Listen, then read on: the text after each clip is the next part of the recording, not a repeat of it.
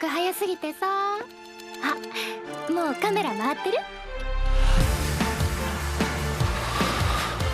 This was the moment I really felt I made a good decision by sticking with this show. There was so much build up to get to this moment, and that's why it sticks. Considering the context of how we got here with Akane, I felt good and somewhat frightened. You ever underestimate someone just for them to show you how powerful they really are? I felt like that, and her eyes say everything here. They say the eyes are the windows to the soul, but in Oshi No Ko, eyes are galaxies containing life, stars, and occasionally death. So much of this show's power comes from the ways that the eyes suck you in like a vortex. The movement in the eyes and the bright colors of the show are unfair Jedi mind tricks that they use to spike our dopamine up and keep us glued to the screen. Am I upset about these tactics being used on us, the viewers of the show? Well, all's fair in love and content, and it's something you'll learn very quickly when navigating through this show. I'd argue it's one of the main philosophies or themes of Oshi No Ko. All's fair so long as it sells. So if this is all just a mind trick, how does this show trap you in its interwoven net of lies? Well, for starters, it's a world filled with a lot of personalities but very few superstars. What I mean by this is that this world gets you to invest your time into it because it immediately shatters its own superficiality with these intricate layers of depth which explore the shortcomings of the magical world that they build up when we see these pop stars, idols, and the glamorous lives that they appear to be living. 演技にうるさいのだけ面倒だけどな。このドラマはあくまで潜在。演技力なんて求められてないのに。When watching Oshi No Ko, we end up feeling like flies on the wall, viewing the very real aspects of being a popular personality on any level, or having any amount of talent that is reliant on fame, notoriety, or things like this to move the needle forward for yourself. It's often not as pretty as it seems, and there's more than what meets the eye. Not this eye, but that eye. She's a 16-year-old idol that everyone seems to love, some to the point of obsession. Her strength is her natural star power that oozes off of her, and a simple saying that she uses to win people over. Lies are love. Of course, her audience doesn't know this. Some of them actually believe that she loves them for real. This fake love is ultimately a winning strategy in a world that's so focused on the superficial aspects of people. And yeah, I'm kind of also describing the world we live in right now. Ai is a gifted liar, and this is her superpower. Her fans get hooked in by her persona and generate these one-way relationships with her. They love her, but she can only reciprocate through content and her career. You even see the protagonist of the show fall into this very trap. Her meticulous lies even help her maintain her image by concealing her young pregnancy and her children from the eyes of the public. Oshi No Ko is not what I'd call an idol show, but rather what I'd describe as a submarine that goes into the depths of a very plastic and painful industry to place a light on certain aspects of it. It feels like the daughter of Satoshi Kon's Perfect Blue, except without this scene. But I guess you do get stuff like this, so it doesn't help.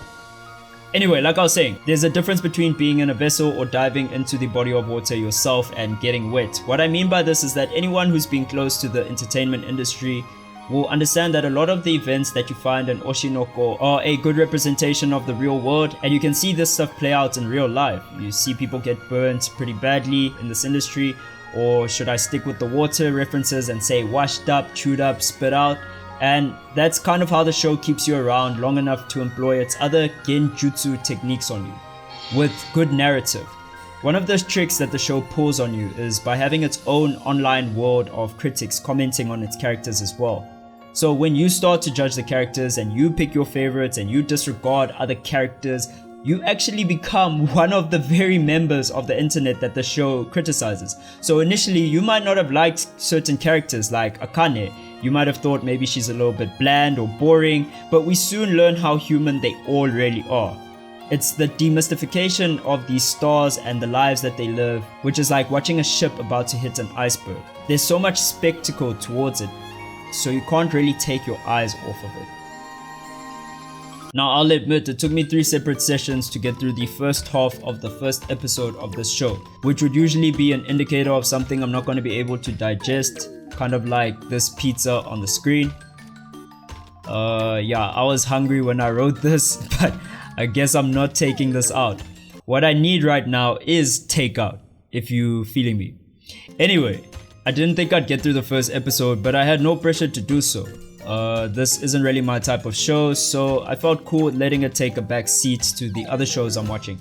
But boy oh boy does the first episode end on a high, and while the sudden time skip in episode 2 does take some time to adjust to, I'm not gonna lie, we eventually get back to the gripping parts of the series and it hasn't really dropped the ball yet with me. So I spoke about a technique earlier that is essentially responsible for keeping you glued to the screen. In my Demon Slayer video, I argued that it was the dynamic, animated scenes that were holding the series together. In my Arcane video, I stated that the micro expressions that we could see in the animation were the main lure of the show. In Oshi No Ko, it's kind of a mix of these two elements, but it's also something that's a bit more subtle when you're not looking for it. As soon as you notice it though, it will slap you like a ton of bricks. It's the atmosphere.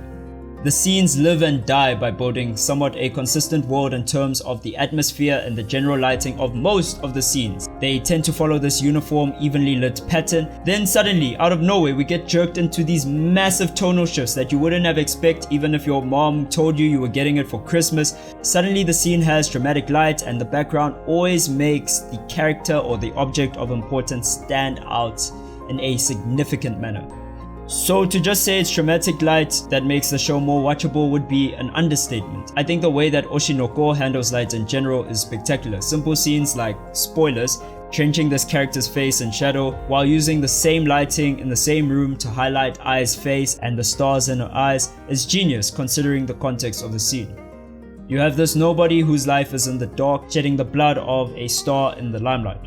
Everything in this show has its psychological weight. We watch these characters traverse Japan and we get a good idea of how they view the world and they view themselves. There's almost a redemptive quality to most of their motivations. Characters like Aqua are driven by revenge and trying to right a wrong that was done to them. Ruby has the second chance of life that she doesn't want to let slip. You have a character like Kana who is driven by her ambition to get a second shot in the industry after her child celebrity personality ruined the last one. Everyone is somewhat looking for some sort of redemption in this series, and that's pretty cool to watch. It makes the characters dynamic and interesting. Oshi No Ko is also good at creating visual motifs. One of the more notable ones is hoodies being a tool indicative of secretive behavior. Another motif, which is something I mentioned at the beginning of the video of course, is the eyes. Beyond how beautiful they look, they are used as storytelling tools. You can really tell so much of the impression characters are leaving on each other, as well as the internal mental state of these characters just based on their eyes. Then the opening is also such a banger that I just had to mention it before I wrap up the video. Even though I'm not into J-pop or whatever the genre is, give it a name if I'm wrong, I couldn't help but find this track online and I realized it had over 160 million views, so I wasn't the only one feeling like this track is hardcore. Now I don't want to dive any deeper into the show because I don't want the video to drag, and I also feel like people should just experience the show for themselves and draw their own conclusions. But when a show does so many things well, it doesn't just win you over in seconds. It slowly builds up to this anticipated conclusion while slowly integrating new characters into the mix. It wins you over in moments. Now here's a warning, there is a way that this show could fall on its face, and that's if the answers that the author gives for the information he presents us with aren't really worth our time. But for the time being and for this first season, I've really just been enjoying the ride. Alright, peace.